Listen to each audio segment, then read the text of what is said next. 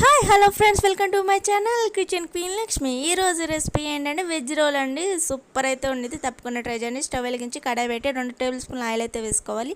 Oil heat ఎక్కిన తర్వాత onions, పచ్చిమిర్చి, క్యారెట్, క్యాప్సికమ్, బీట్రూట్ అయితే వేసుకొని ఒక 5 నిమిషాలు అలా మగ్గనివ్వండి. అలా తిప్పుతూ మగ్గిన తర్వాత కొంచెం టేస్ట్కి సరిపడా సాల్ట్ అయితే వేసుకొని ఇంకొక 5 మినిట్స్ అయితే మగ్గించుకొని black pepper and red chilli flakes అయితే వేసుకోండి.